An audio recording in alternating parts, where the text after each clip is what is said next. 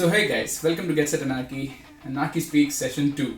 During this lockdown, it's really difficult for us to make more videos. So here's something for you all to bring a smile on your face and probably also bring some good brains back in that old squidness of us. So let's get going.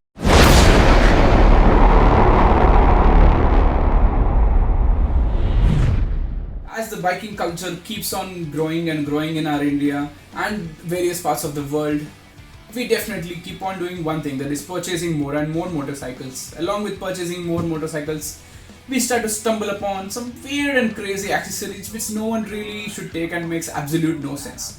Here are my personal opinion about the top 5 mods that you should absolutely refrain from getting. Number 1. LED strips underside the chassis makes absolute no sense.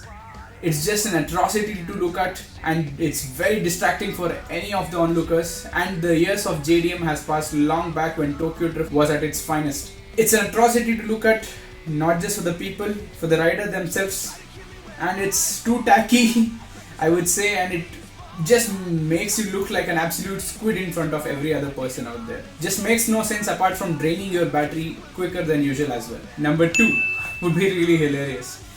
Most of these MotoGP derived bikes are getting these new technology for the 2020 models and the 2019 editions onwards. Those are the winglets.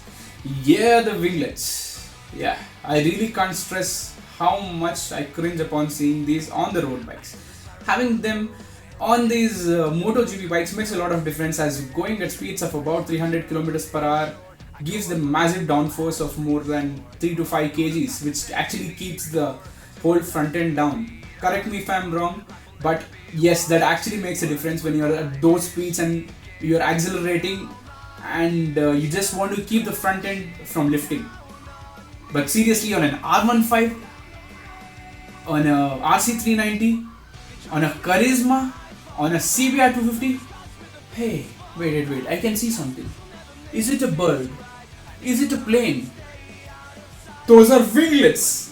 And those are the most cringiest thing you can observe on a motorcycle. Number 3. So yes, you would have seen people like Ricky Gatson on their ZX14R riding the drag strips with a very stock looking bike with a very big difference. The stretched out rear. Yes, that makes it very good to be on the straights, especially when they don't want the front end to lift under very hard accelerations and they really want to nail the quarter mile time under 10 seconds, under 9 seconds, under 8 seconds. To be honest, you really got to check these videos. They are mind blowing. But why is the superbike culture going so lame? We can see most of the GSXRs, some of the CBR 250, some of the Ninja 300s getting stretched out rear ends. People who don't even ride on drag strips get their boozas totally stretched out with the big, funky, fat, badass tires, which totally compromises their cornering power, which also makes no sense. Coming to the 4th one would be getting a really big fat tire on your bike. There is a reason why these bikes come from the factory with a certain specified tire build. It's because the chassis or the bike can handle only that much, or to the manufacturer's specifications. The engineers they're working for those companies who are making these amazing bikes have way better knowledge than us. We are just their instruments whom they experiment on. We as riders should try to refrain from trying such mods which absolutely compromise the character of the bike, which also does not help us with the handling or any other thing as such. Apart from that, it looks ugly. Trust me, I'm not a fan of really big fat tires, because not just that it weighs a ton, definitely, it's really big and it definitely compromises on handling. Coming to the most important one, which I feel, which most of the squidlets keep on doing, removing their mirrors. That cringe when you see a rider revving the shit out of his or her bike on the traffic signals without mirrors, thinking that they'll be safe throughout. The typical squids of our country, of our world. It's really bad. I mean, I tell you, I'll be honest with you guys, we can't really be the same on track as on the street roads. There is a difference between that.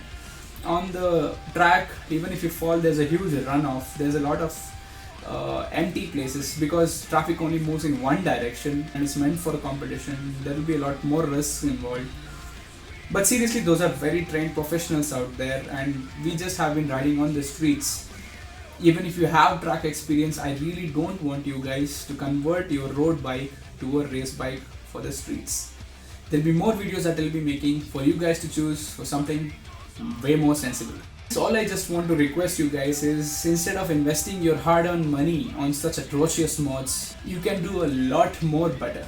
If there's anything you want to add up to this lame list of vague superbike or lame motorcycle mods that you would have seen or come across, please write down in the comment section below. Follow me on Instagram, and also don't forget to hit like, share and subscribe. We'll be coming with a lot more videos for this lockdown and for you guys to stay entertained. See ya. Get set, Anarchy.